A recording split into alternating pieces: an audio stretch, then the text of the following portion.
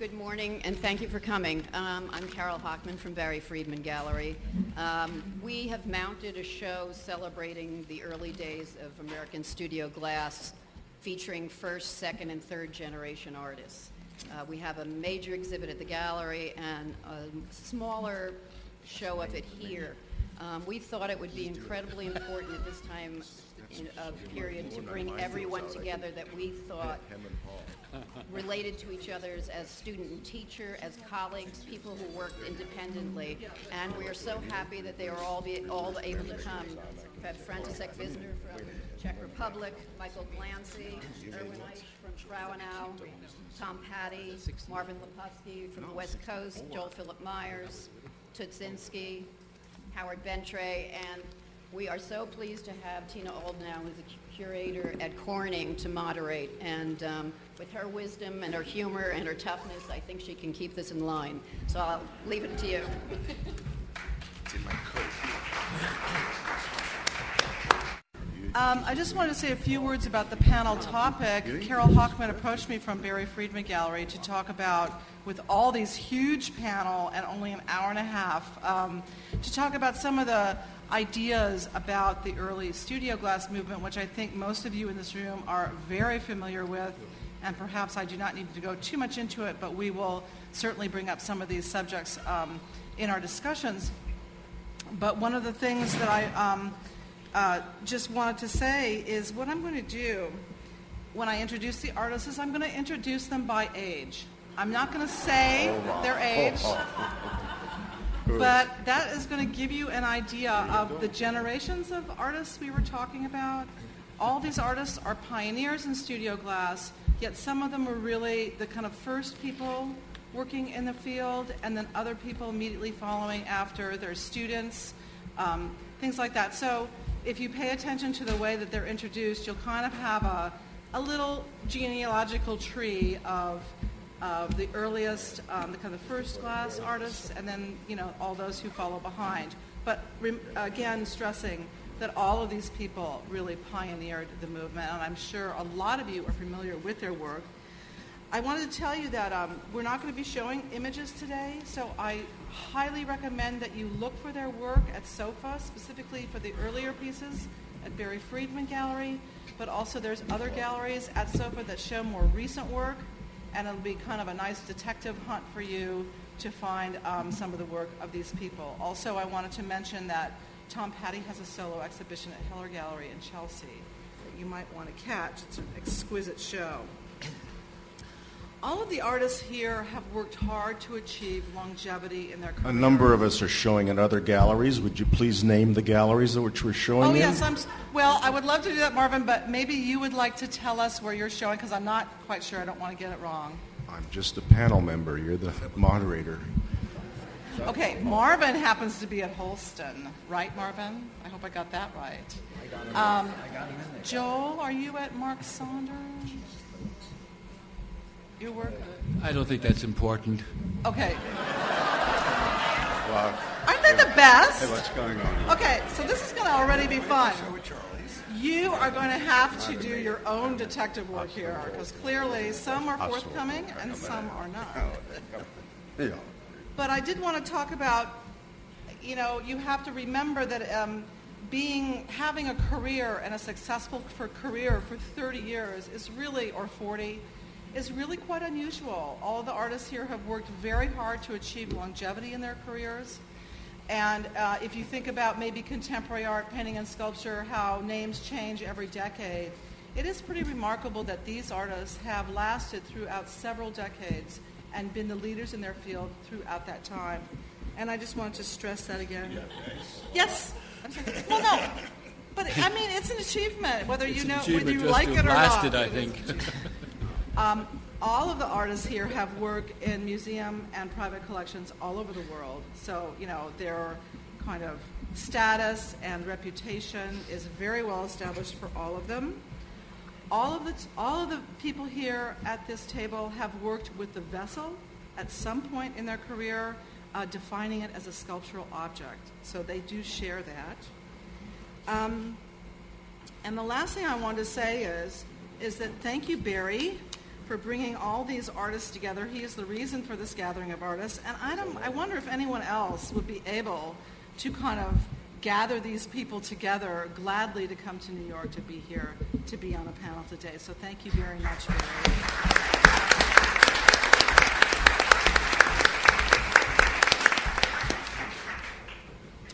A little bit about the artists, each one. Erwin Eisch, and again, remember our order of introduction, lives and works in Frauenau, Germany. He had the most traditional education possible. At age 19, he was apprenticed in his father's glass engraving workshop in Frauenau.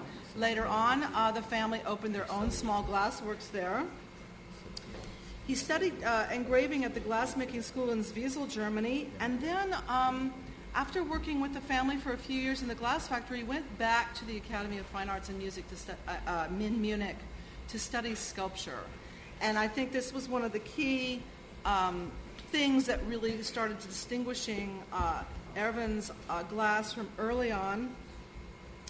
And upon his return, after graduating from the academy, he went back to Frauenau, where he set up a studio to make sculptural glass in the basement of the factory.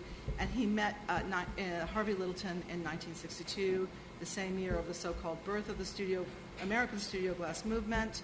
And of course, they became fast friends. Harvey was looking for people who were looking to use glass as a medium for artistic expression, and not just to make even art glass or functional vessels. So their friendship was very key in terms of the spread of early studio glass in the United States and Europe.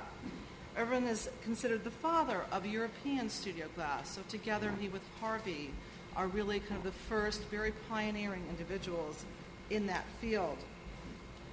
Erwin later founded and managed the very well-known summer art program in Frauenau, which is Bildwerke, that focuses on glass and painting.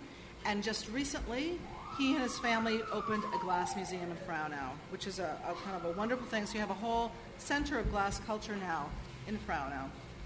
Best known for his painted and engraved mold-blown glass heads, which not only sometimes portray individuals, but also examine different moods, emotions, and experiences. Joel Philip Myers lives and works in Copenhagen, Denmark, and Marietta, Pennsylvania. He began his artistic career as a graphic designer, graduating from the Parsons School of Design, and then went to Copenhagen to study at the School of Applied Arts there.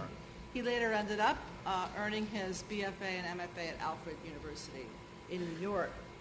From 1963 to 1970, he worked as design director for the Blanco Glass Factory and produced really wonderful, innovative designs that really Blanco has been one of the few factories to be closely associated with the studio artists. A lot of industry were not interested. Similarly, the artists were not interested in industry. This has really changed today.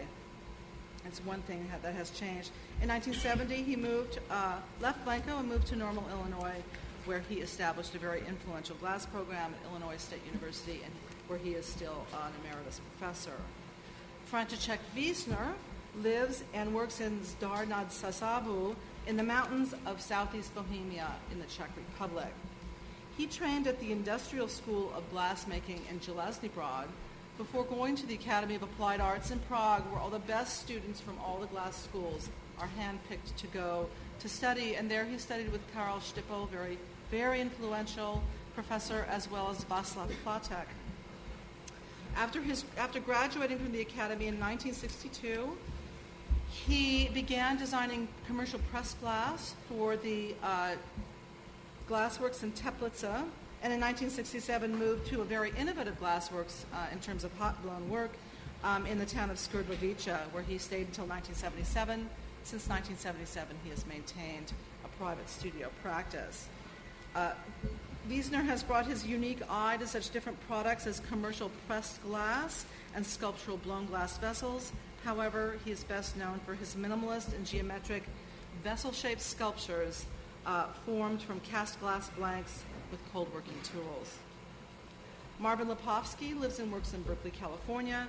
He earned his BFA in industrial design at the University of Illinois, and this was followed by an MS and MFA in sculpture from the University of Wisconsin at Madison, where he was one of Harvey Littleton's first students. So what I'm hoping that you'll be able to see in this series of introductions is there's a pattern of people who are Chihuly students studying in important programs, university programs, abroad and in the United States, and who are really setting the stage for a diaspora of glass programs to be formed across the country. After graduating from Wisconsin, Marvin joined the faculty of UC Berkeley, where he established the first glass program there in 1964, and in 1967 established a second glass program, both of which are still in existence at the California College of Arts and Crafts in Oakland. And in 1971, he was one of the founders of the Glass Art Society, which many of you know, who holds an important annual conference every year. In 1970, Marvin began traveling abroad and learning about glassmaking processes, and even more important, documenting what artists were doing abroad as well as throughout the United States. So his photographic archive is really one of our most important documents of the early years of the studio glass movement. And during the 60s and 70s, he and his students working in Berkeley really established the Bay Area in California as one of the leading spots for American studio glass. He has devoted his career to redefining the vessel as sculpture by breaking apart or abstracting the vessel form and manipulating the surface with color. Tom Patti lives and works in Pittsfield, Massachusetts. In 1967, he earned his BFA, and in 1969, he earned his MFA in Industrial Design at Pratt in Brooklyn. He then spent a year at the New York School for Social Research in New York City studying perception theory. In the 1970s, he began his exploration of the sculptural potential of glass through his small vessels, some of which you can see, and he pioneered the use of architectural and industrial glass in American studio glass. While Patti is best known for his small-scale sculptures, he has also collaborated with architects on site-specific architectural scale installations and commissions. And in addition to being shown at Barry Friedman, as I said, he has a show now in Chelsea at Eller Gallery. Howard Ben Tre lives and works in Providence, Rhode Island. He earned his MFA from the Rhode Island School of Design. He was a student of Dale Chihuly, and many of you know Chihuly himself was a student of Harvey Littleton, so there's a direct kind of generational effect happening there. After graduating, he built his own studio practice and developed his unique glass casting methods, which involve pouring, ladling molten glass into sand cast molds. This is very different, for example, from the Czech way of large-scale glass casting, which involves melting large chunks of glass inside molds, inside kilns. It's a very different technique. You can control the glass differently. So that should be kept in mind when you look at his work versus some of the better-known people working in mold-melted Czech glass, such as the Libenský and Brychtová. Ancient architecture and architectural and industrial elements inspired Ben Tre's earliest vessels, and later he translated this interest into large-scale cast glass and metal sculptures, and more recently, architectural commissions. Michael Glancy lives and works in Rehoboth, Massachusetts. In 1973, he was at the University of Denver studying business and then changed his mind and ended up in the fine arts. He heard about a revolution happening in glass in Providence, so he went to Dale Chihuly's program at RISD, where he received his BFA in 1977 and his MFA in 1980. And he is presently adjunct faculty in the Department of Metalsmithing and Jewelry at RISD. Michael began working with cold glass at RISD, sculpting it by sandblasting and learning to cover his forms with electroformed copper, silver, and gold. He has continued to develop his technique throughout his career, which has resulted in the beautiful and complex vessels that we see today. Finally, Toots Zynsky, who was always at the last of every list, because ZY, there is never anything in front of it. But in this case, I was thinking of putting her first, but she is the youngest, so she is coming last. She also lives and works in Providence, Rhode Island. She received her BFA from the Rhode Island School of Design in 1974, where she was also drawn to work with glass with Dale Chihuly. In 1971, she was one of the RISD students who went with Chihuly to the Pacific Northwest to live for the summer in a muddy field and build what would become Pilchuck Glass School in Washington State. She was also one of the founders of the second New York Experimental Glass Workshop in New York City, which eventually moved to Brooklyn and is now known as Urban Glass. Known for her unique fused glass she's known for her unique fused glass thread vessels, which she uses as a canvas for color, and which combine elements of painting, sculpture, and applied arts.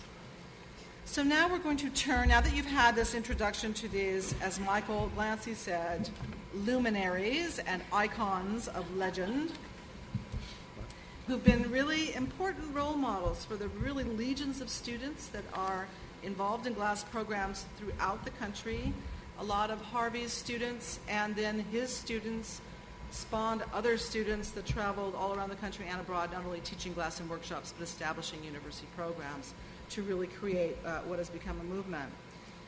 I gave all of the panelists a list of questions. There were 10 of them. We'll probably only get to 2, but you never know. And I think I'll just start at the beginning, and what I'd like to do is anyone who feels that they want to answer, please go ahead and answer. Don't wait for me to call on you. But if I see that some people aren't talking, I will specifically call on them. So I'd like to start with the first question, which is something that's very interesting to me as a historian. And that is, how would you define or describe the spirit of the early years of American and European studio glass? What was your guiding light, your inspiration? And you don't have to all answer at once. Some of us aren't old enough to... Okay, then what we would like to do is turn to Erwin. What? Erwin, would you like to talk about some of the feelings? Was one of our guiding lights. Okay, that's good. That's good to know. And Joel and Frantisek. So maybe it's good if they sort of tell their beginning, and we can sort of follow through. That would be wonderful.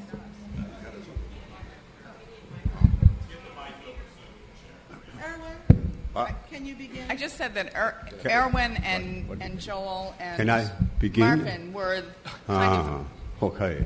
began before us, so maybe they should start first. Oh, okay. First of all, Erwin first. But Erwin first? No, yeah, Joe, Age maybe before you. beauty. Okay, let's start. You know, it's a marvelous event. It's the most important day for me. I was in Frauenau 2 days ago. I was in Frauenau. Now I'm sitting here. And you people are here, which is such a big and most important day and the most important event for me. I send my thanks to Barry and to his people. You know, he started this kind of looking back to the roots of the studio glass movements. And this is pretty good to talk about the history of the studio glass movement, because sometime these people, I will not be here and Harvey will not be here any longer, or maybe we people will not be here. And then I think that's rather inevitable. Okay. You know, the spirit of the studio glass movement, Tina, thanks a lot for the introduction. The spirit of the studio glass movement, I have to tell you this little story which happened in August 1962. In 1962, I grew up in the glass situation. My father was a glass engraver, grandfather was a glass engraver, and Tom Büchner wrote in an article, Erwin Eisch was born into the glass. So I have a long tradition in this field, glass. But then as a glass engraver, I went to the art school in Munich, and I was there for 3 years as a designer, which was I was not so happy to be a designer. Then I started as a sculptor. And with this background, engraver, design, and sculpture, I went back to Frauenau and started some kind of glass. In the 60s, this was the 60s, and the spirit of the studio glass movement is the spirit of the 68 movement. You know, we, at this time, at the art school already, we wanted to change the world, to change the society, to change, back to the individuality, back to the real life. And this was And this was a kind of the spirit of at this time. And so I did some glass blowing. We have the glass factory there.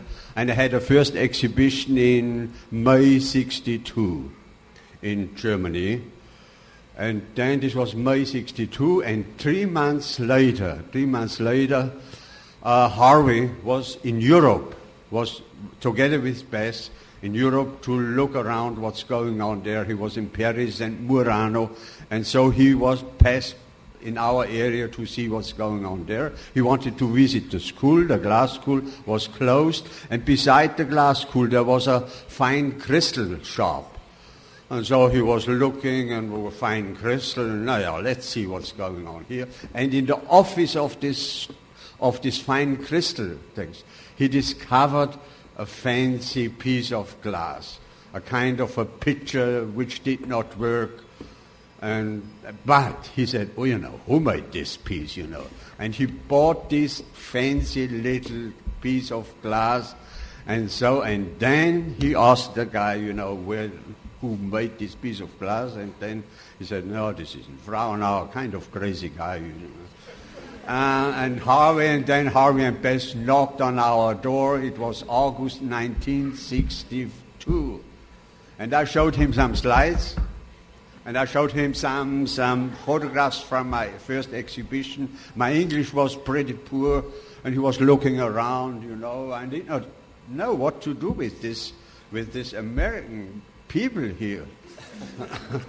But he was looking around, and then they left again.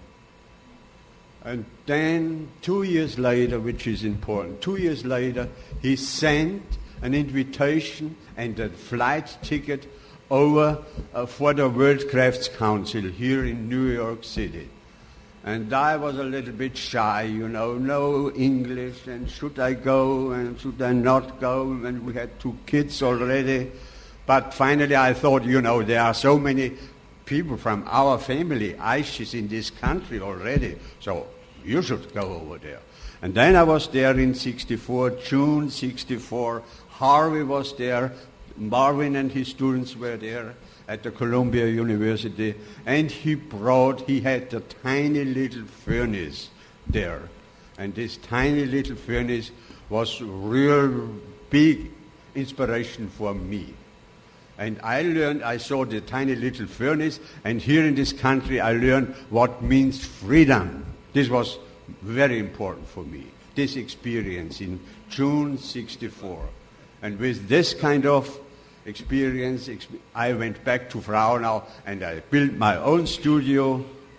And with the freedom of America, I started to make glass for 10 years, quite a lot of glass, all kinds of individual glass. It was no function. I know, Harvey said glass should be a medium for the artist, a medium with no function. Okay, that's my statement. I think, huh? That's right. Erwin, Tina. That's great, Erwin. It's a kind of magic. And somebody, Lisa, asked me, you're a kind of pioneer. I can tell you, I am completely innocent. Innocent. I didn't know what's going on there with this Harvey and Bess and the family. Maureen was there already. Then I was up there in Madison, Wisconsin, and at this seminar.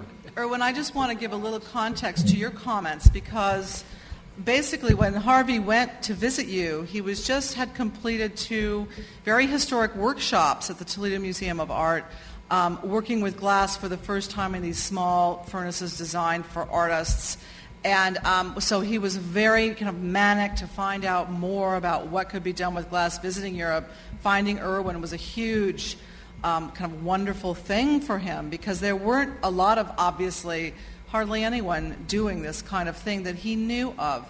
I mean, he'd been to Murano. It was a very different situation. The World's Crafts Council in 1964 was also very important. A lot of people don't give it the attention it deserves, because this was one of the first real community things. I think Marvin's dying to say something. Joel's dying. Or Joel.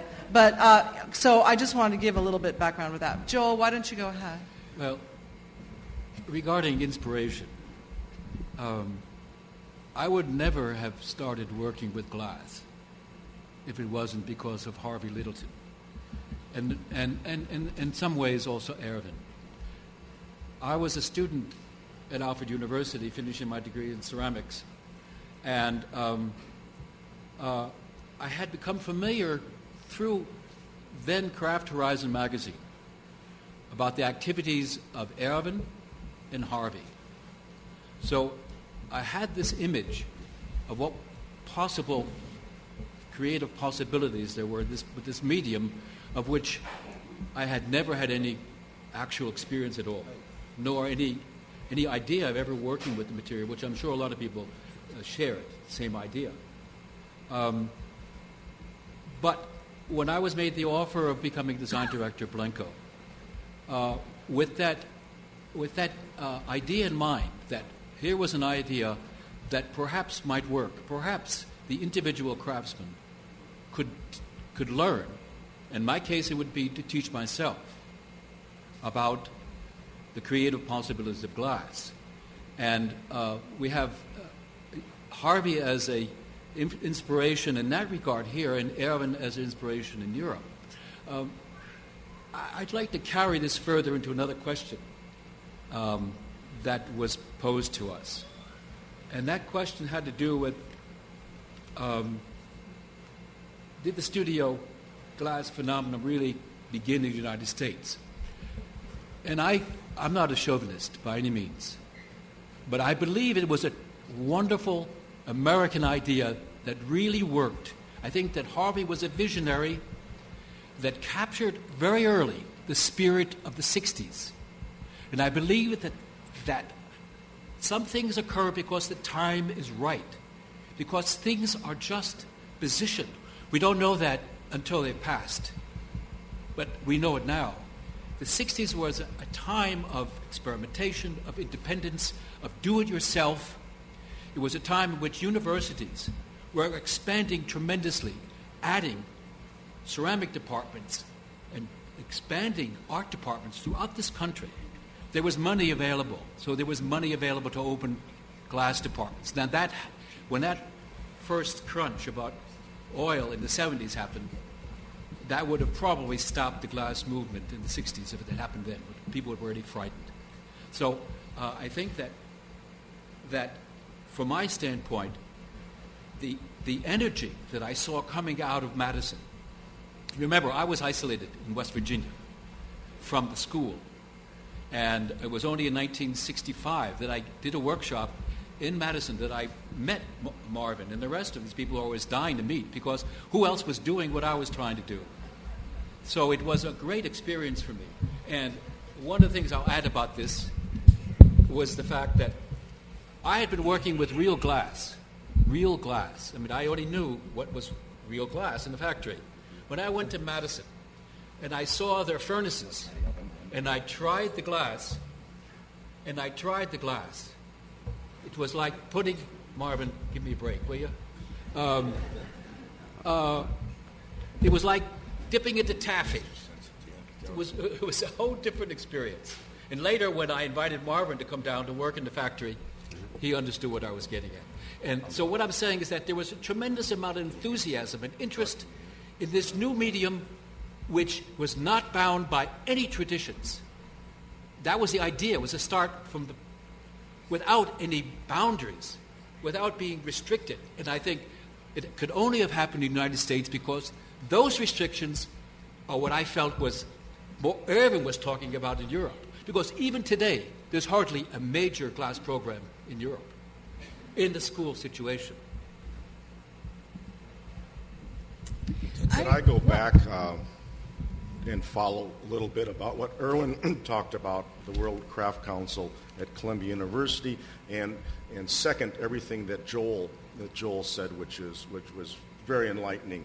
But we met here in New York, not in 1965, but in 1964, at the First World Congress of Craftsmen. And Mrs. Vanderbilt Webb, may she rest very high, was the force behind that, and a very important figure. And just let me explain a little bit what happened. Dominick Labino, who's also very important in this beginning, donated a small furnace to be set up at the Columbia University's School of Education courtyard. And Harvey's idea was to introduce glass to the world in his small concept, which he did, which Erwin Falkema, another man rising high, and many other people. Actually, the first person who blew a bubble there was Teo Giambruni, a friend of mine, a sculptor who taught at the University of California at Davis. I just graduated from Harvey's program, the first student to go out to teach, and I signed my contract and my loyalty oath for the University of California, Berkeley, just uptown by Columbia University. Had it notarized at a bank.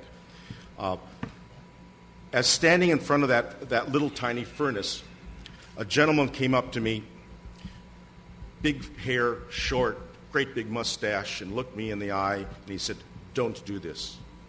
Don't do this. Don't do this." No. He said, "Go to the factories." And then he handed me his card, and the card said, Tapio Erkala, Finland. Oh, yeah. 1970, I did a Lassi Seminari, glass seminar in Finland, and one student in the class was asking questions all the time that happened to be Tapio's son. So it reversed. So I just wanted to make that I believe the World Craft Council was a very important point in the time of glass in introducing it to the world. Yeah, I mean, it's great to have the background of you guys, but I really think that the studio glass movement couldn't have really started up.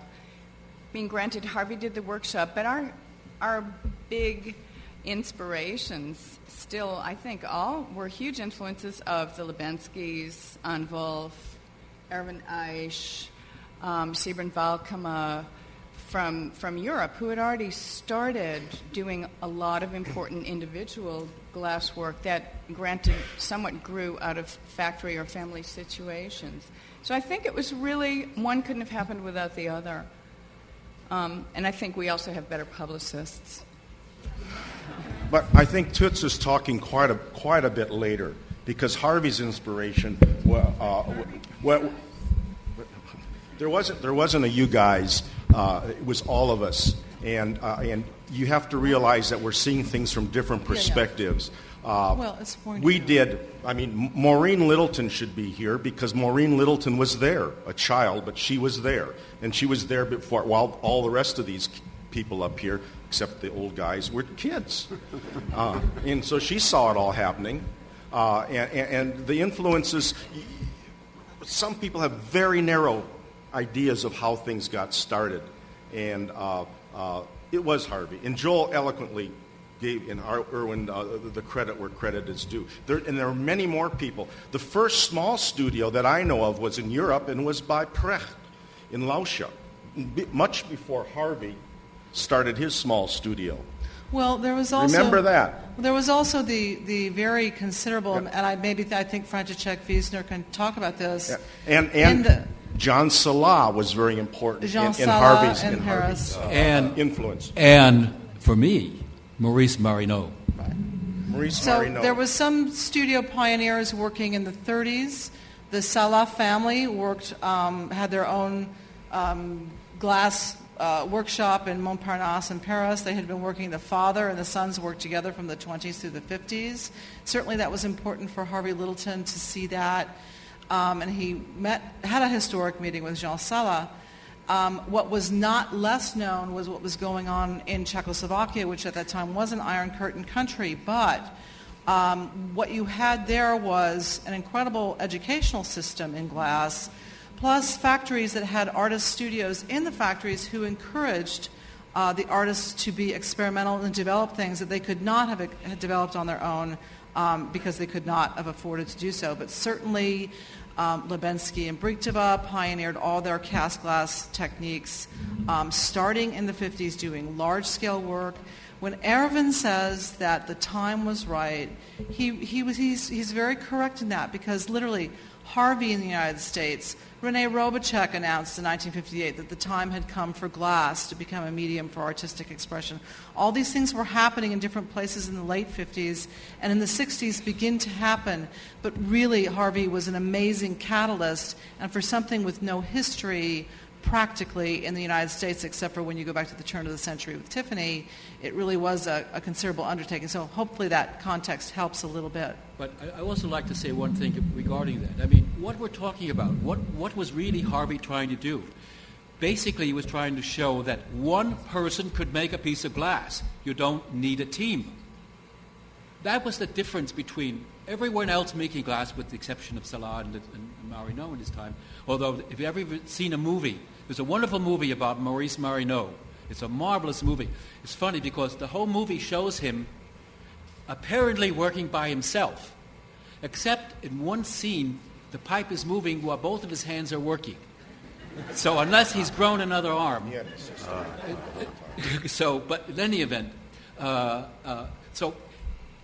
and the interesting thing about all of that was the fact that everyone that was making glass, and all the designers were working with teams.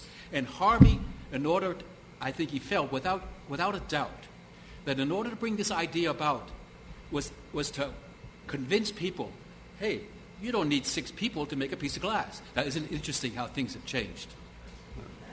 I'd like, if I could we have Frantisek Vizner say a few words about the development of glass in Czechoslovakia in the 60s? Pár osobních poznámek jenom. Few personal notes. Děkuji vaší společnosti a panu Barry Friedmanu, že mě zařadil mezi tyto excelentní seniory. He appreciates the interest that you showed coming today, and he wants to thank Barry Friedman for getting everyone together. Ida, can you speak closer into the microphone? Sorry. Did you hear me? He appreciates your interest in coming today, and he wants to thank Barry Friedman for getting all the artists together. To, že můžu mluvit, radit a vzpomínat, značí, že jsem definitivně starý.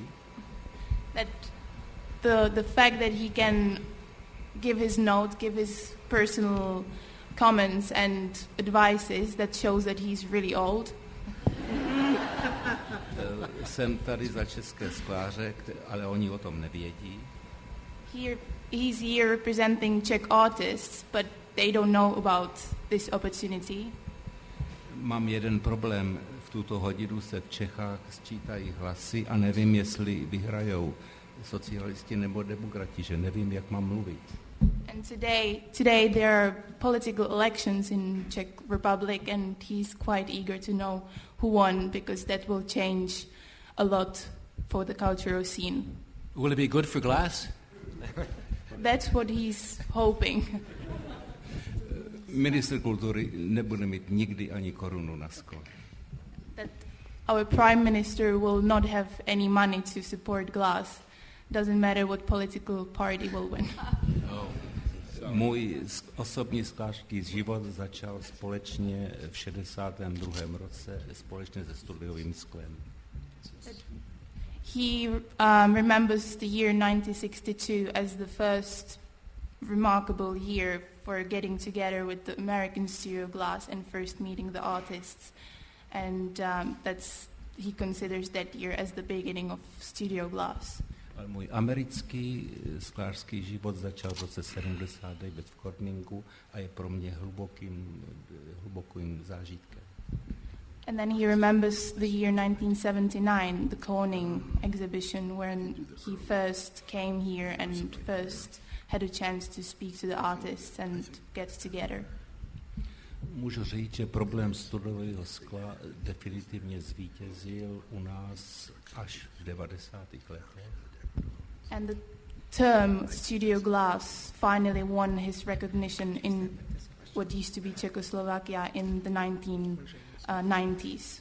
Tím, že definitivně padnul náš problém s průmyslem. After the sort of departure from the industrial glass. U nás je teď 150 sklářských sochařů volných. And at the present there are more than 150 independent art glass makers. Průmysl nepotřebuje naše myšlenky a ideje. That the industry doesn't really need any help or any advice from these young independent art glass artists. Sklářská komunita se neschází na žádné společenské úrovni, vídáme se jen v krematoriích. That the glass artists, they don't really gather together, they don't communicate as much. The only opportunity for them to see each other are funerals. Opportunity to see them as well. At the funerals when someone important dies. We should change that.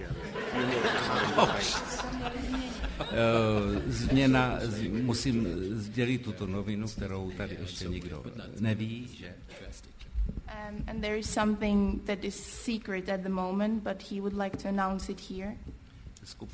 Silná skupina sklářských výtvarníků po 15 letech udělala první schůzi. After 15 years, a few of the Czech glass artists got together last year. A já jsem ten, který přines myšlenku, že je potřeba udělat v roce 7 nebo 8. And my father was the one who came up with the idea that in 2008 velkou výstavu. There should be a big exhibition of pozvat americké přátele, japonské přátele a evropské přátele skla.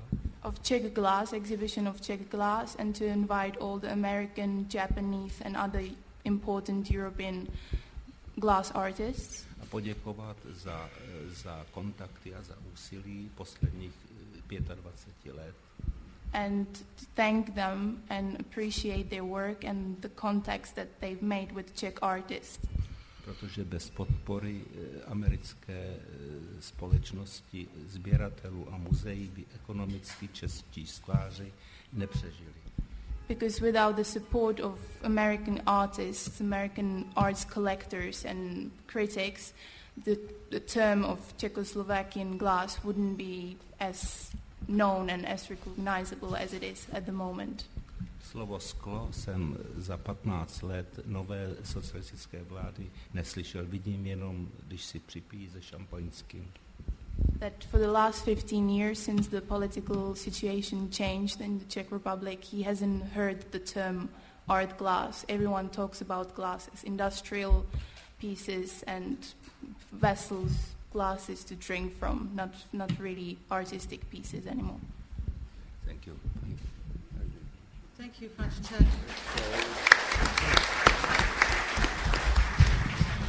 Could I add to his talk about the Corning exhibition in 1979, which was another turning point for the glass.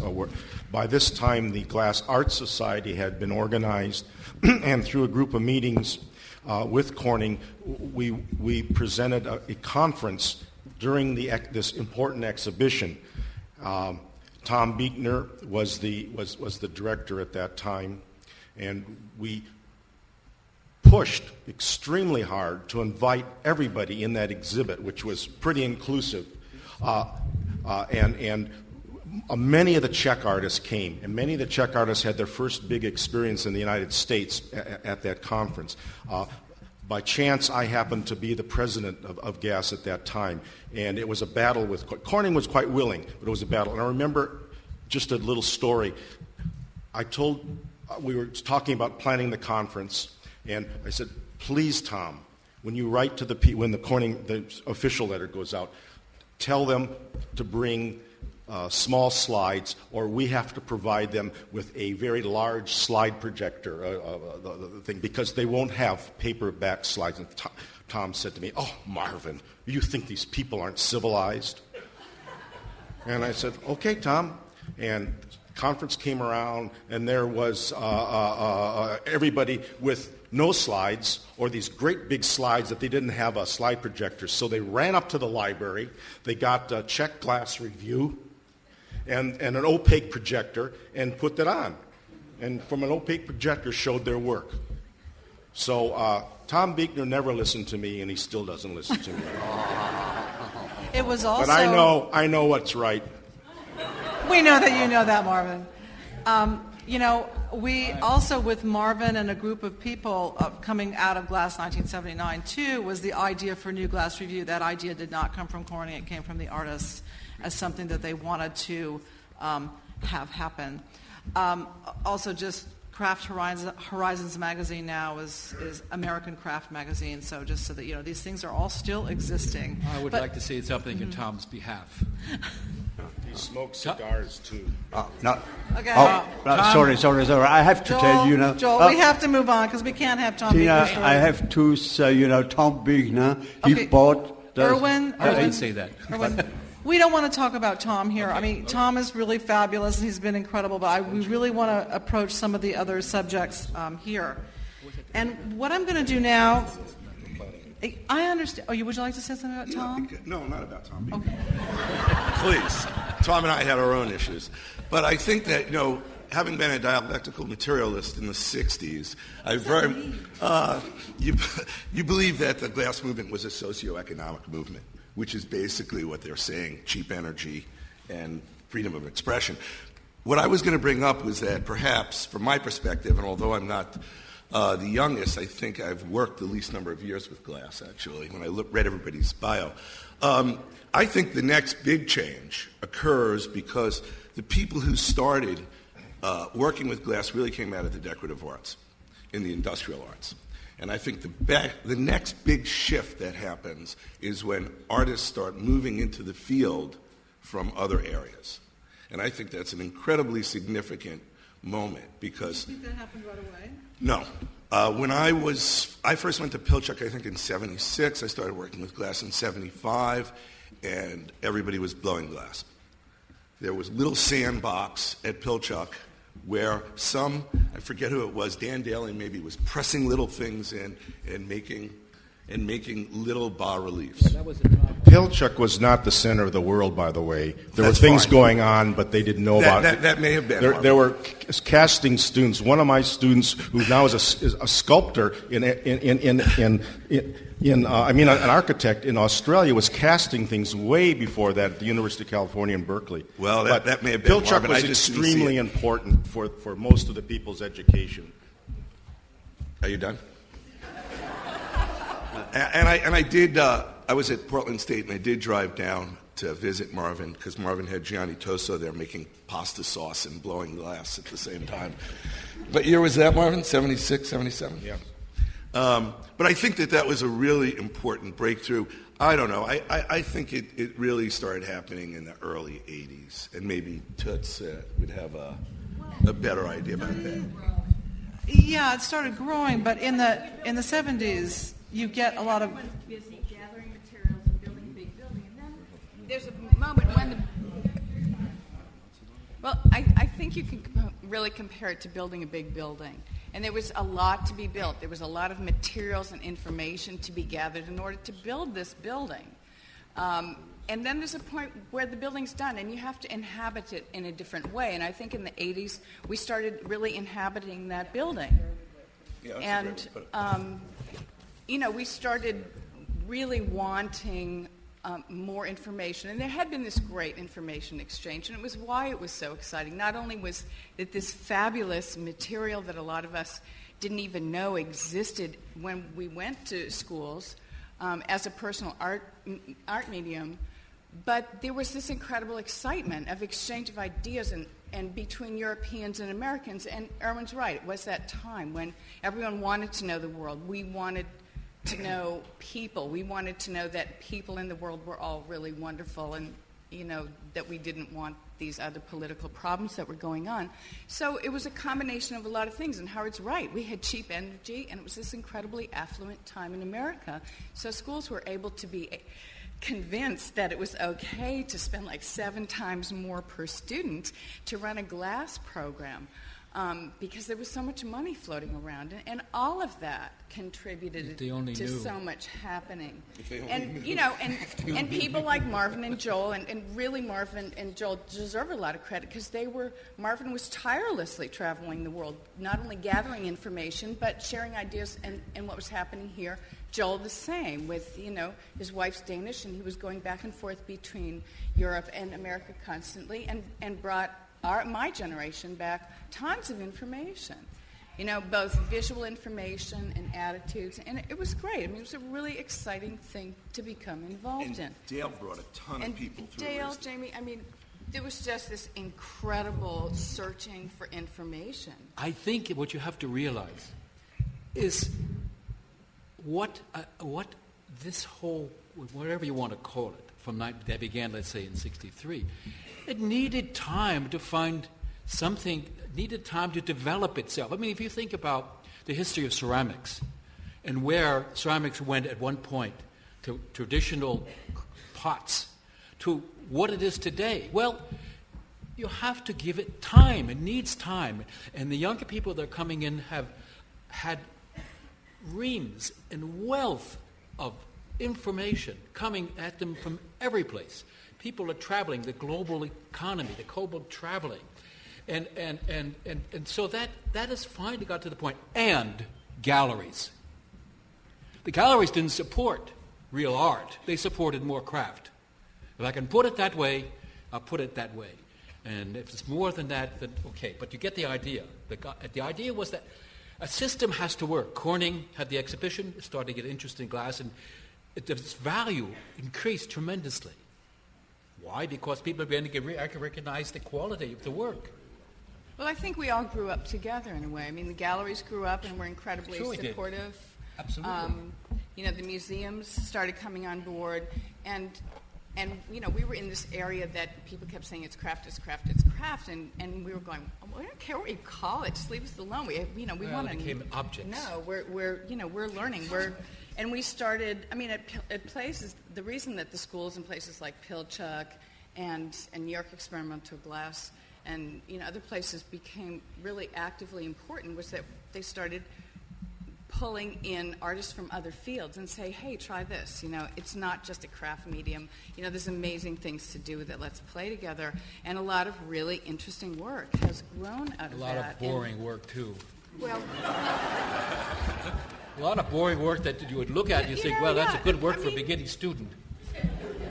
But that's with every field. Yeah, I know. Can we just wait for a minute while they change their videotape? No. We're having technical problems. Hell with it. And in the meantime, Marvin, would you like to entertain? I had taught at Haystack in 1967, and I had driven down to Providence to meet with Norm Schulman, who was teaching ceramics at the Rhode Island School of Design. Norm invited me to come to a faculty, introduction faculty reception in the museum, the RISD Museum. And I was standing in the car with all the other, I'd been teaching, actually I started 2 schools by that time. I'd been teaching, and I was there, and the guard came up to me and said, sir, excuse me, but there's a gentleman on College Street who would like to meet you, but he's not allowed to come in to the reception. So I walked out to College Street, and there was a great, well, it was the same size. There was a Land Rover filled with things on the top, and the windows were filled with stuff, and there was a little curly-haired guy with a white leather fringe jacket with a little bit of beadwork on the top and big curls on the hair and a really big, beautiful, smiley face, and that was, he said, I'm Dale Chihuly, and I just got into town, and I've been wanting to meet you. And that's how I met Dale, his first day into Providence. And he had started as a student of Norm Schulman's and helped Norm, and Norm built a furnace, and that's how the program at RISD got started. It was Norm Schulman. I wanted to ask you just, if you could quickly just go down the list. We'll start with Howard. One of the questions was, and this also means, throughout your career, not just now, where do you think your work fits best? In the category of sculpture, design, architecture, painting, or craft? Okay. Just say one word. Well, no, because one of the things is that I have a little problem with the studio glass movement, because by 84, I'm pretty much not in it. I never had a furnace in my studio. I don't really think of myself as a glass artist. So I'd say I do urban design, landscape design, build plazas, make sculpture, do paintings, draw. So I fit in a variety of categories. I make objects this big. To design a town, redesigned a small town in England. So I don't feel like I fit in any of those things. As an artist, I don't like being labeled. We're going to go see a Richard Serra show. I don't think Richard calls himself a steel artist. I think that if you're going to be an artist, to put a moniker on your name by a material limits your creativity. So I wasn't asking if you were a glass artist. No, I know that, but I'm giving you what I think is, we're here to give our opinion. Marvin's been giving his, Joel's been giving his. Okay. That's my opinion about what I think the labels mean, and I wish the museums would get more on board, the curators cutting out the territories that divide artists from one another.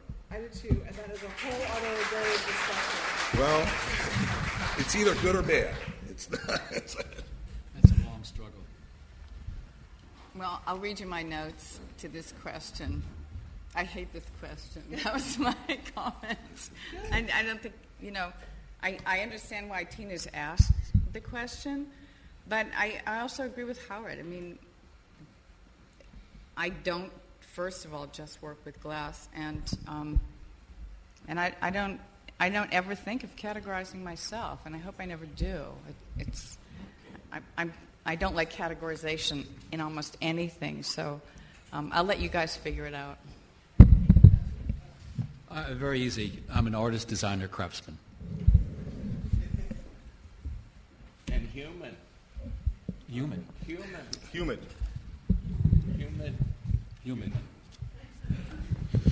I don't have anything to say. Well, that's rare.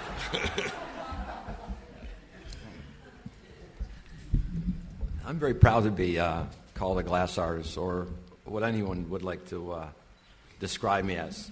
What I'm interested in is how they look at the content of my work. And hopefully that allows them to look into other areas and possibilities where my work can go. I was thinking, and let me drop this, back in the early 70s, I was in front of Drexler and Stuart Johnson at MoMA, and they were considering my work to go into the collection. And there was this little thing that was about 3.5 inches tall, and we had a dialogue about my work and stuff, and they said, well, we're thinking about it, how would you define this object?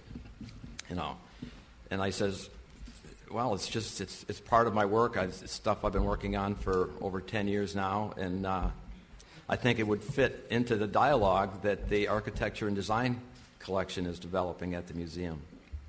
And he said, do you mind if we call it a vase? He says, because we'd like to bring it into the collection, and we recognize your background, and that I said it's not a problem for me. What's important is that it go in and people get to see it. And I think of all the work we do and all the things that are going on today that way. It's about the responsibility of the artist to do the work, to look for issues, and to present those in a tangible way, to visualize them and make them physical. And glass, for certain people, is that media. It's that vocabulary, that air they breathe that allows them the purity of expression. And what we're discovering is the ability that what Harvey presented, that material, it made it real to people that are interested in the possibilities with glass, is he gave us all the ability to dream with it. And the discoveries in glass are still emerging, still changing, and it will change. I don't want to go on. Okay, I don't know. A glass artist, I don't know what it means to be a glass artist. I am a painter, and I'm not a paint artist. I'm not a bronze artist. I'm a wood artist. I feel like searching for my identity. And for searching for this identity, I use the paint or any material. It's not the material, it's the spirit which which I want to tell you, to show it to you. And you finally make the decision what kind of stuff, what kind of art I make. Next week I will be at Harvey Littleton and I will make prints. And when I will be in Frauna, I will be a painter. And as a painter, you know, and for the gallery I made the Harvey Littleton heads. And this heads, it was a big Harvey was a big inspiration for me, and I made this Harvey Littleton heads in '76. Tom Brychtová bought it, and this was a homage to Harvey, you know. And at this time I was a sculptor, and I need these heads. I made many Picasso heads. I need these heads as a kind of canvas. I put my colors, my paint, but I put my ideas on these heads. And these ideas is searching for the spirit of this time. What kind of spirit fits today? My inspiration in the 50s was Jackson Pollock.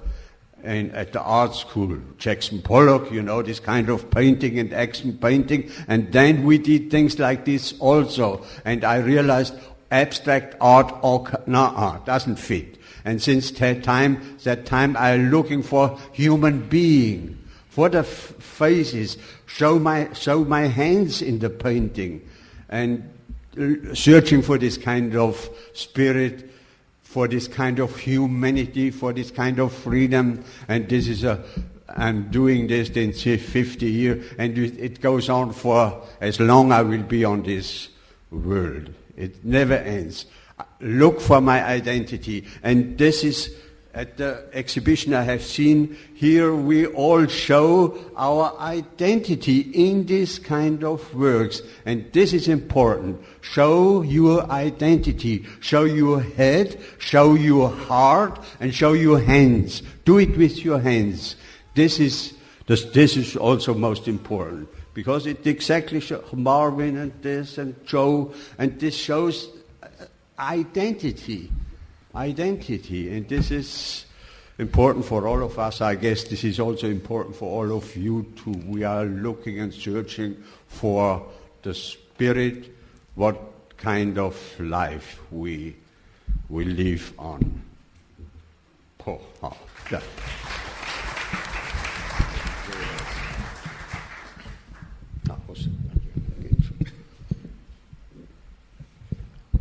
I'm having a very good time not saying anything. This is very unusual. But in 1962, I was 12 years old.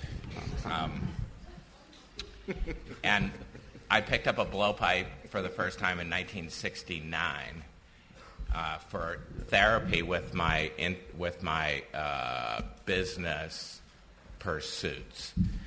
Immediately, I realized that this is a very, very difficult material and that I had a lot to learn.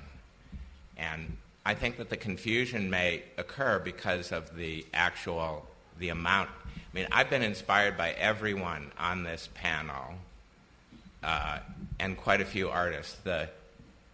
What I want to point out more than anything else, I mean, it's a personal pursuit. I am really interested in the material as a means to stimulate and to continue to stimulate my interest. When I dropped out of business school and told my mom that I was going to be a full-time art student, I couldn't tell my father because I simply couldn't tell my father. My mom said, if you really feel that this is what you should do, this is what you should do. And I mean, I knew that this is what I should do because immediately I encountered the work of Erwin Eisch. And Erwin Eisch has a genetic gift of generations of involvement with this material. And so maybe he had an unfair advantage over someone like me because I had to start from the base. But that didn't bother me. It didn't intimidate me. It excited me. All of these things that I could learn. But what inspired me was the fact that Erwin Eisch, coming from a very, very strict European tradition of master and apprentice, this man was an artist. This is what inspired me and inspires me today. So thank you. And keep that in mind, you know. I think we're all artists, actually. But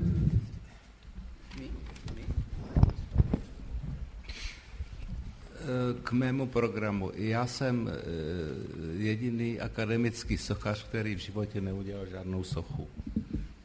He's probably the only academic sculptor that never made any sculpture. Já si myslím, že sklo nemá jako pro sochaře dobrou morálku. He thinks that for glass artists, glass material is material without any morality. Já myslím, že morálku má kámen, to nám dokazuje starý Egypt. Stone has a morality, and we can see it in the historic Egyptian sculptures. Můj celoživotní program je nádoba. He specializes in creating vessels. Takže jsem samotářský těmito rukama, samotářský výrobce nádobí. He uses his hands, he works alone, and he creates vessels.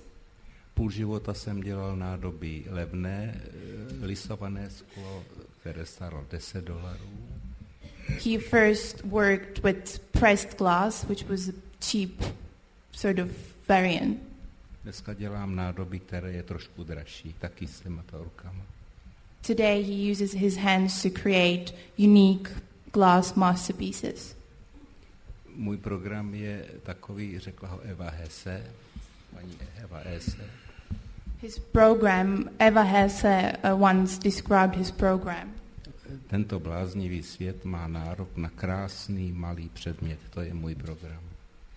This crazy world deserves beautiful, unique objects.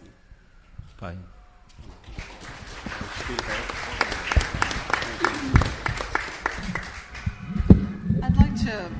This is an early reach. I'd like to follow this with another question. Oh, thank you, Toots.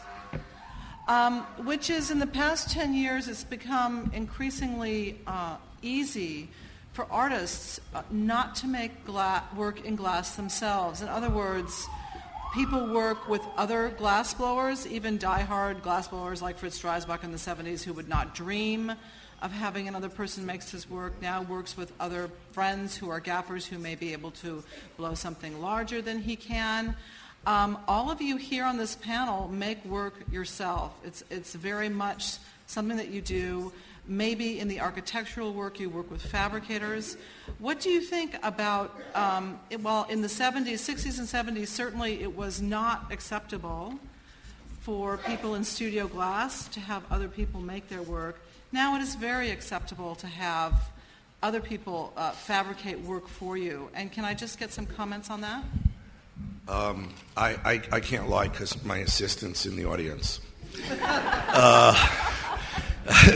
There's no doubt that I did my own casting and did my own grinding for a number of years, but I have two wonderful people who work in my studio. They do all the mold making. All I do is draw. And they do all the finished work. Of course, I think Thor would say that my hand is in it because no decisions are ever made without me. But I've always worked in industrial factories. And Blanco and Superglass for 18 years. Now I have to say, and I'll make this quick, but my most inspiration came from Stanislav and Jaroslava. And when I saw their work in 1977, I thought, this I get. The other work in glass just didn't talk to me. That I got. So I went on a pilgrimage in 1978, and I showed up at Frauenau at Erwin's house. And my wife Patti and I didn't have any money, but I needed to get to Selesnybrod. And Erwin lent us the money to rent a car. He had no idea who we were. We were just these crazy Americans who showed up at his factory or at his house one day, called him from a phone booth, spoke no German, spoke no Czech. But Stan and Jaroslava and I developed quite a friendship. And we were there a couple of years ago, right before Stan died. And I now have my work made in Železný at Littleton's, which was started for Stan and Jaroslava to make their work in the 50s. And Karen Lamonte works there. And I think this was 12 days before Stan passed away. And he gave us a toast to the 3 generations that were now working at Littleton's. And it was the most generous, as you know, he was the most generous person. So I would like to just, mention that. I draw, and I have people who fabricate things in granite, bronze, you name it, any material. But I do my own works on paper. I do my own prints when I make prints, but mostly I just draw nowadays.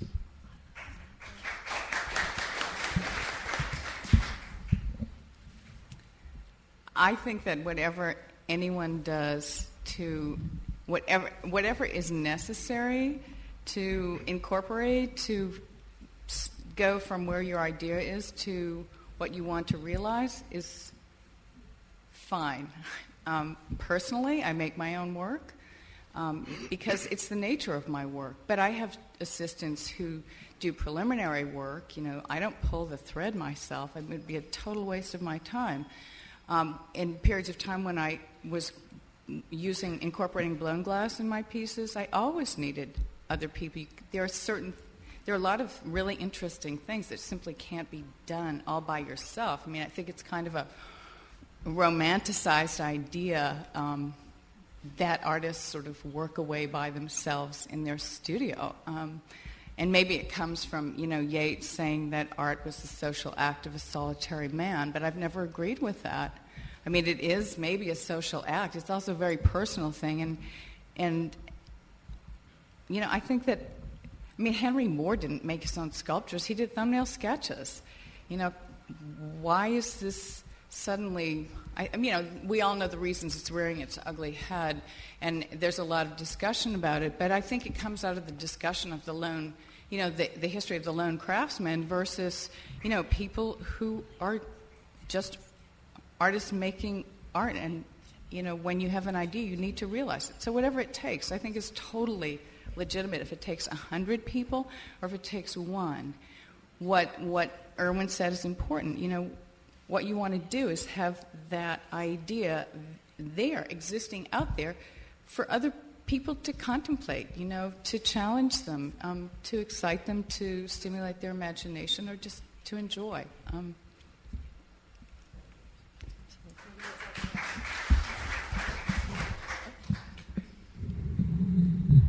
Obviously, it's a personal choice. I think that we all have made choices throughout a career. For me, I enjoyed the physical act of making. It was a part of my body, it was a part of my rhythm, it was a part of my joy. I really loved the dance. And I worked until 1999 making my own work with my students that I hired Marvin, to work with me.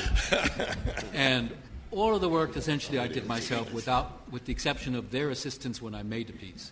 In 1999, when I retired from Illinois State University, left the university, I no longer had the university studio to use. And by that time, my body really began to deteriorate. And I have osteoarthritis in my shoulders and my hands and in my feet. So at that time, I was really challenged about the whole idea of making my own work. And although I still think I can still make it, it's too much of a task for my body to try. So the work, I have no objection whatsoever that I take my work to a studio and I have the work made, which is the only act that takes place is the blowing. All the preliminary mold work for what I'm doing now and all the preliminary design and fabrication I do myself, and I get a great joy out of that, putting it together, because it is somewhat it's part of my background, and getting the kind of specific quality of definition that I want in my work I'm able to do that with a technique that I've just worked out for the last number of years. So for me, the change has made no difference in my attitude about my work, and I think I share your ideas and I'm sure other people's ideas about whatever it takes to do. I don't think it makes a damn bit of difference at all. It's the result, because when you look at anything, are you thinking, oh, how many people were ready to make this or that and that? It's immaterial. As Erwin says too, it's the idea, it's the impact the work has on you and how you respond to it.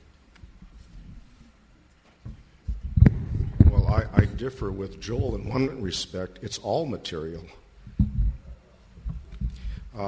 I've worked every way. I've always been a part of my process from the beginning to the end in some aspect, whether I'm working in a factory or where I'm working in a studio. It doesn't make any difference. However anything is done is immaterial to the end result, and it's the end result that's important. And it's all very personal to the arts. I think you're going to hear the same answers from most people about this. And it's only those people who don't know, or those people who are curators, who ask these questions. The artists don't need to ask these questions. And it's not true. It's not true that people were against other people helping them. From the very beginning, we used to help each other. It's the stories that get blown out of proportion. And there's been a number of informations here that have been given to you that are not quite true, but they think they're true, but they weren't there, so they don't know. So Marvin, you're going to have to write your book. No, I'm not going to write any book. I'm not a writer, and that's another thing. You have to be honest to yourself and honest to what you do. And everybody has a way. It's what you see in the end that's important, and it's the process that the artist goes through, and that's very personal. I don't know how to explain that to anybody. I'm still happy with what I do. I still finish all my work by myself, which goes very slowly now.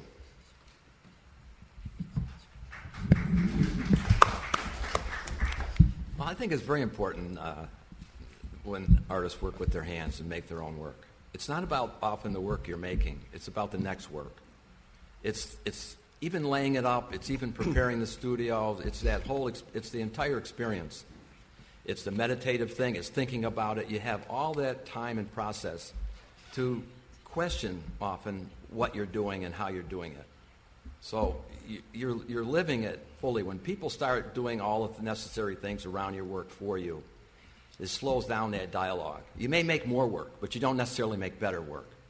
I think it's a deep, thoughtful process, and you engage that when you're involved in more than just the materialization of an idea. That's the wonderful thing about crafts. I mean, for me, I have 2 degrees in industrial design. I'm the guy outside of the glass world that's supposed to not like craft. The glass movement was a reaction in crafts of the 60s against the industrialization that began at the turn of the century. You know, that's how I grew up. That's what I understand, and probably Erwin understands that aspect of it. But I embraced it and discovered all these wonderful things and possibilities of the material and the way to work this way. And my work is a result of that. My work was fairly mature. My ideas and things happened maybe 10 years before the objects appeared in the museums or in the galleries. And a lot of the things that I developed it was a way to present ideas they materialized in glass. But many of the things, ideas developed around other materials, often transparent, like plastics. But just talk about that, the hand touching the object. It was what the 60s and the craft thing brought to my work. And again, it's contrary to what people might think about it, but I'm very proud of that aspect of it.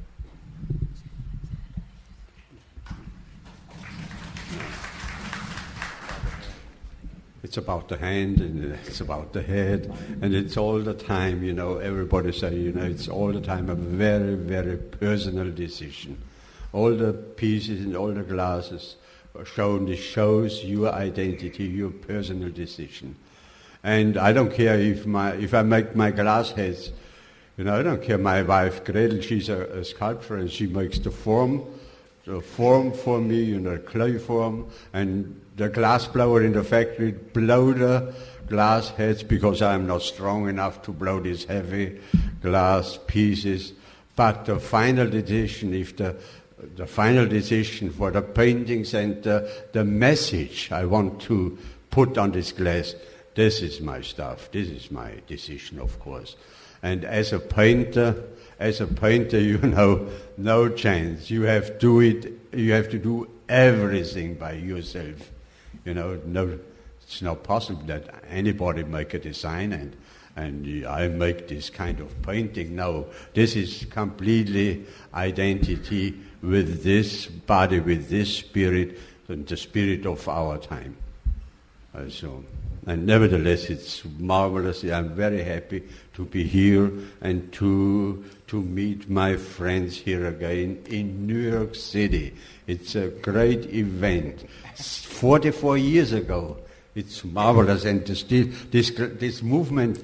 If you see all these sculptures over there, it's marvelous what's growing, and it is still growing, and so many people all over the world are using this kind of material. And this is a kind of reaction to the mass production we have all over the world. All over the world, glasses everywhere. There are architects that build even houses with glasses. Tremendous. I never would do things like this. And our reaction is, show our hands, show identity, individuality. This is the reaction to the glass production, which is all over the world. There's glass everywhere. And so you can look through, and this is very tricky, this material also. And so it's important to have all of us to show this kind of identity and a kind of truth. Okay. Thank you.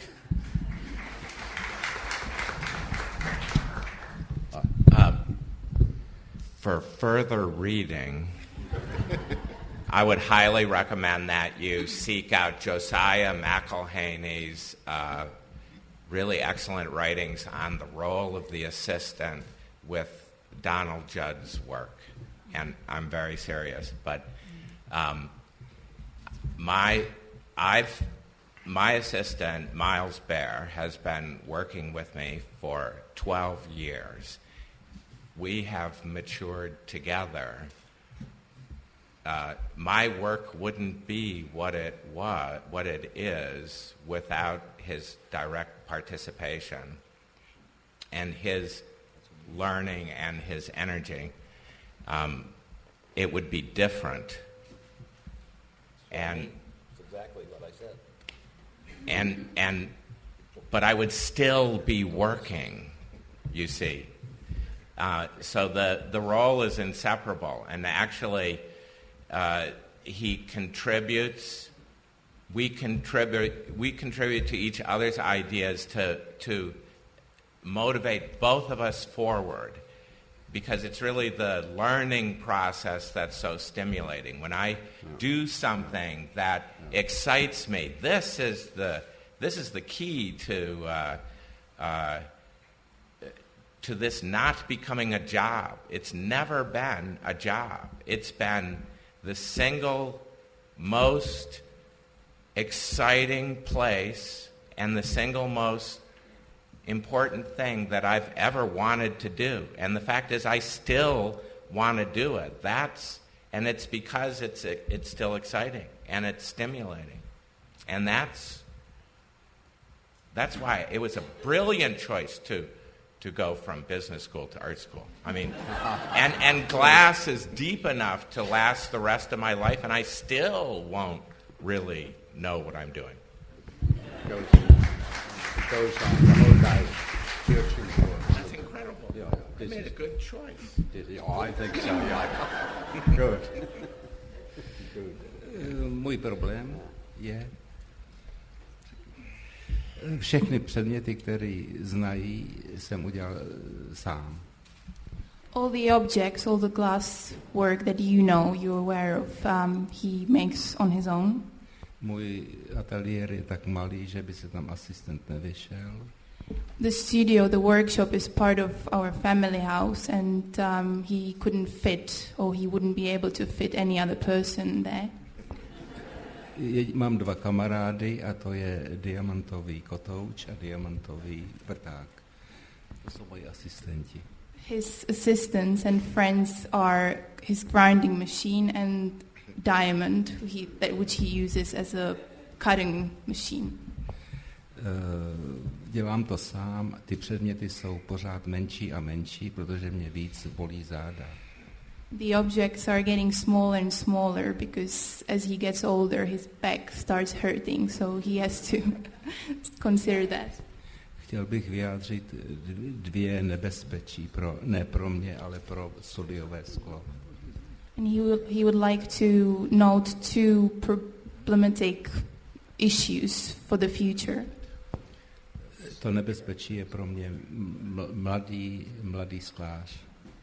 The one danger is a young glass maker, který nezná řemeslo, dá si věc vyrobit. Who doesn't know the glass technique, who doesn't know how to make glass properly. Se sklem zachází velmi neúctivě. He doesn't treat the glass with respect. A ještě vidím jedno nebezpečí, které vidím na sofě. The second danger is, and he noticed it here at the sofa fair, jak lehce se přebírají evropské a americké myšlenky, neřekl bych, že se kopírují, ale jak lehce se přenáší ideje. He noticed that the influence of the old masters, of the old pieces, onto the young glassmakers is the ideas are mutating very fast and very easily, and he mentioned the word copies, that young artists are copying and the works of old masters very easily. So.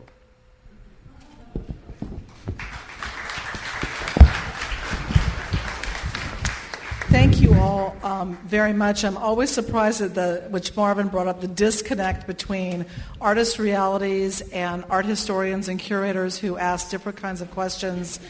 And, this nice idea that really everyone here touches all categories. And I always learn a lot listening to their definitions of how they see themselves, because it's very different from the way we as non-artists understand them. It's now 11:30 and we are out of time.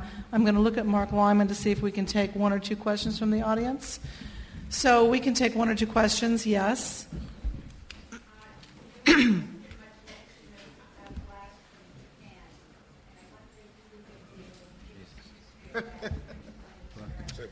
I'll give you a history of that. The question, let me repeat the question. The question was, we didn't speak about glass in Japan, and when did that begin?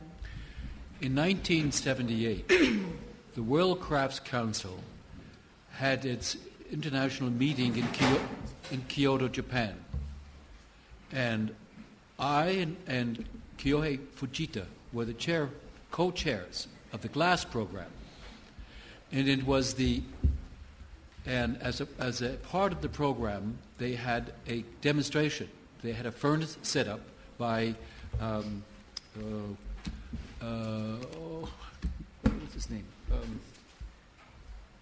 Funny, I can't think of his name, but he was the teacher at Tama University. And Osamu Noda? Was it Osamu? No. It's, Ito. Makoto Ito. Okay. And several people demonstrated there. Among them was Åsa Brandt, who was really considered the Harvey Littleton of Sweden. I have pictures taken when the now emperor and empress visited that and saw for the first time probably in their lives actual glass blowing in that setting. And I attribute that time as the beginning that we now see the development of glass in Japan, which is extraordinary. As a matter of fact, in my opinion, I think they have some of the best facilities in the world And they really, really do the only problem is that there seems to be so little potential commercial success for the artists that are part of this growth. But that's where I think really where it began, since Japan had some history, of course, in glass. They had made glass, but not in a way that changed from that point on. Excuse me, but I worked in Japan in 1975 at factories and did a series of work, and at that time visited many studios. Japan's, it goes back much further than that. That was an important part, but that was just publicity. No, it meant a lot. But there were quite a number of studios in that, and I've had that when I was teaching quite a number of students. But these were factories, small. No, they weren't. They were studios, private studios.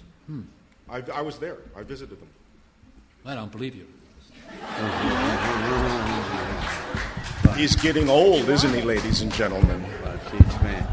I have just one little Japanese story. Ruri Iwata came and visited my studio, and the next thing I knew, Corning commissioned her to do a piece that looked a lot like my work. You weren't there at the time. No, but I would disagree with that. Well, someone told me that anyway. If any large cast glass sculpture looks like your work, I think we're in trouble. No, her father owned a glass factory. Her father owned the glass factory. Yeah. Iwata Glass. And her mother was the owner. Yeah.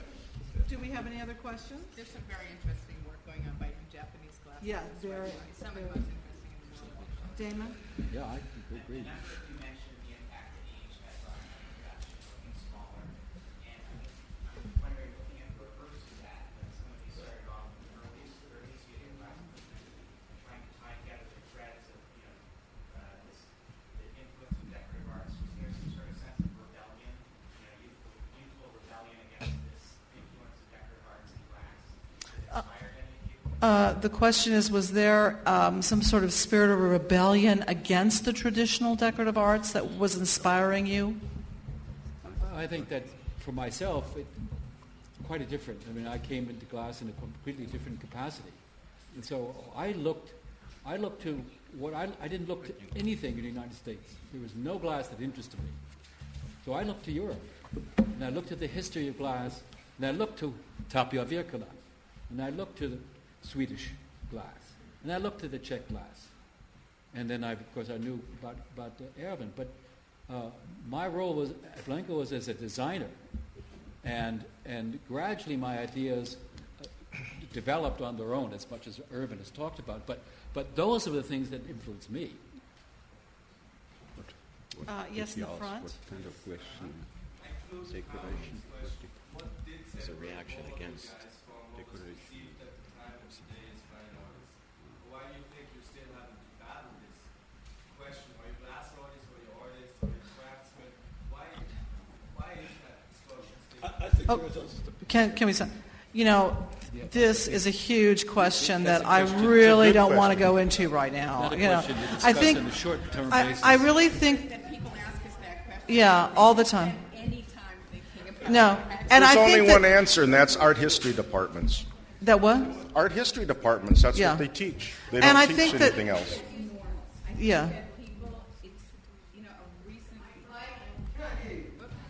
Yeah. I think in part of the reason that a lot of us got drawn to glass in the first place was that the question was what? Well, The question was, the end of the question was, why is glass still kind of battling to be accepted as fine art? I That's not it? You know what? I think it's all. Why today people still make this distinction? Right. Why do we have to battle this still? And why is glass especially so important? I think it because of its recent use as a contemporary art form, and it's normal that people try to figure out where to place it, to analyze it, to criticize it. We always evaluate things against what we already know. And I think because it's all glass okay. does break those boundaries between, as we've seen, painting, sculpture, design, craft, it's very hard for people, as you're saying, to define. but I disagree with you. I think it is important. It is something that I thought about. I made a conscious decision where I was going to exhibit in 1984, and I pulled myself out of galleries that specialized in glass because I felt that I wanted people coming to see the work to see it in a different context than its material basis. And I suffered a lot economically because I did it. So for me, it has been important. And what it's allowed me to do is to think of what I make in a completely different way. So much so that, like I said, I redesigned a town center in England with sculptures made of bronze and glass and granite and all kinds of things. So for me, it was very important. I'll tell a little story. I went to a gallery in New York right after the Corning show, and I had slides of my first castings. And the gallery owner, who specialized in glass, said to me, "This is too sophisticated for my clientele." And I thought, do you have anything blown? And I thought to myself, I need to make what I need to make. I've got to find a gallery that will have a clientele that understands what I'm trying to do. And that's when I moved to Heather Rodriguez Gallery, which showed a lot of different kinds of work. And I show at Charlie Cole's now, and Charlie used to show Dale. I'm the only artist that works with glass there, but he has all kinds of artists, painters, but the opposite thing has happened to a lot of ceramic people. artists. So a lot of things may have happened, but I think it is an important decision. And if we are going to break those boundaries down in the museum, I don't want to be in the design department at MoMA. I told them no. And when they asked for the piece for the Met show recently, a few years ago, they wanted a big piece, I said, I'll talk to Lowry Sims, because it needs to go in the contemporary sculpture area. And I think if more of us did that and got out of the glass ghetto, the better off it would be for the material. But I think a lot of galleries are doing that, and a lot of curators are actually working for that. And a lot of people have had the opposite thing, which is they go into a quote-unquote fine art gallery and they say, no, we don't show glass. And they don't look at it as sculpture or painting or whatever. So, it's young. I think the problem is it's young, and people are still trying to figure out how to define it. I think it's naive to, a lot of this kind of talk, that the work is going to go where the work fits comfortably. And the interesting thing is, whatever gallery you're in, the work will seek out those kind of people that are interested. You find people that are interested in fine arts and glass galleries and vice versa. It's not about that, I don't think. It's one perceptions of oneself, how you want to be defined, but it's not about the work. The work will float to or go to wherever its destiny is. And even in our time now, this is a short period of time. History will evolve, and it will solve out and move these objects and things around in categories. But it's like the fact that I'm at the Heller Gallery. It's part of that same thing, where on the one hand I can understand what Howard's saying. On the other hand, I still like that attitude to reinforce what my initial ideas were around glass. And I think it's better for all of us to have those personal convictions, like Howard's and mine, that you don't have to be in a fine art gallery to have issues that are as important as we like to think they are in the fine arts. I would... Pardon? It's not my responsibility, necessarily. And the people that go into fine art galleries many are naive. I mean, there's no difference. You don't get smarter people in one place less than another. I mean, it's like, oh, these are art people. The glass makers they don't want to be in the art, they want to be in the art galleries, but they like the glass collectors. Check the mailing list and see where that goes. And I think that this is changing, actually, quite a bit. You're seeing a lot more crossover into other kinds of galleries. Yeah, because they're deciding on their own where it's going to be. They're going to select artists, they're going to find artists. Artists are going to, their work's not going to be comfortable in certain situations, and they're going to put it in those. Okay, but, can we take the next question in the back, please?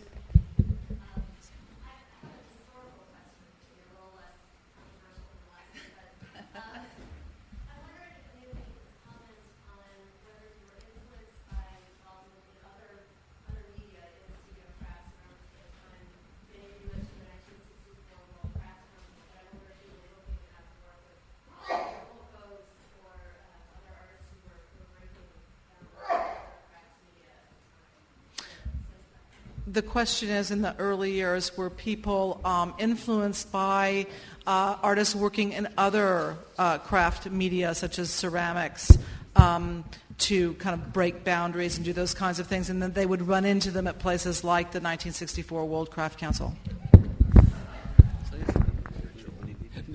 I taught with Peter Volkes, and the people I met at the World Craft Council was John... it was Bob Arneson, Peter Volkas, Teo Giambruni, Tapio Werkala, all those people. They're all around. They're all good. Sure.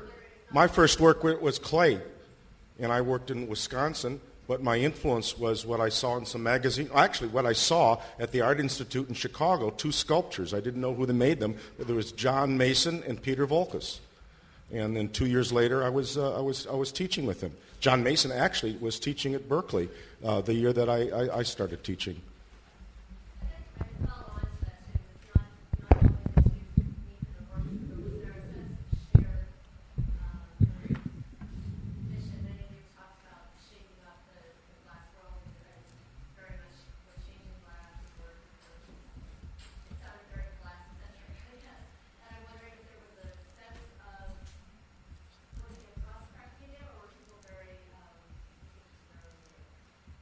I would just say working with art media, and I think we all worked with art media. I don't think there was any thinking, any of this kind of thought. I mean, you were just doing it, and without context, the larger context you're talking about. For myself, I wasn't. The things that influenced me most were painters, and painters like Nolde and Matisse. I mean, I didn't look. Those were the ones that inspired me. The interesting experience from the early work is the range of types of people that got involved in it in initial days. And this group represents all the different types of people that were attracted to glass.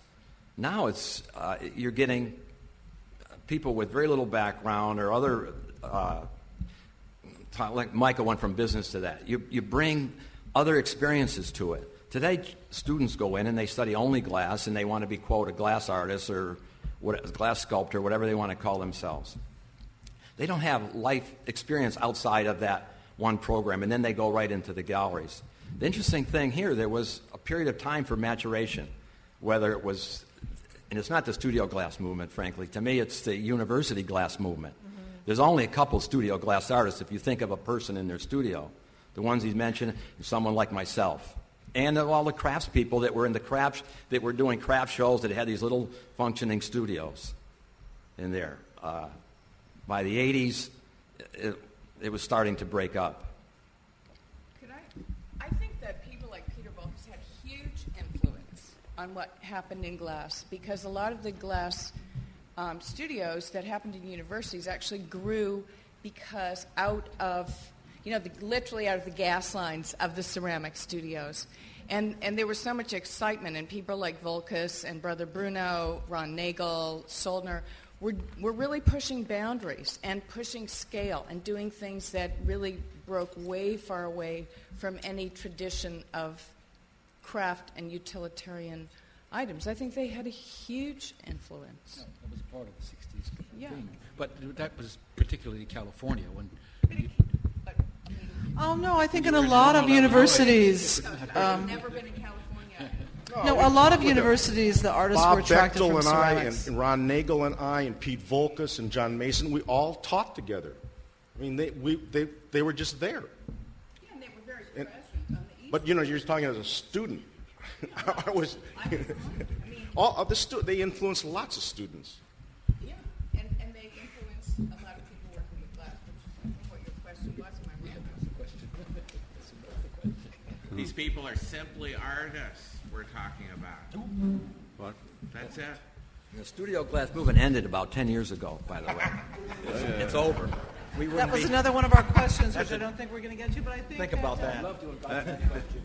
I know you would, and unfortunately we have run out of time, but this can continue certainly informally. Thank you so much to the panel. Thank you very much. Thank you, Barry. I'd like to thank everyone.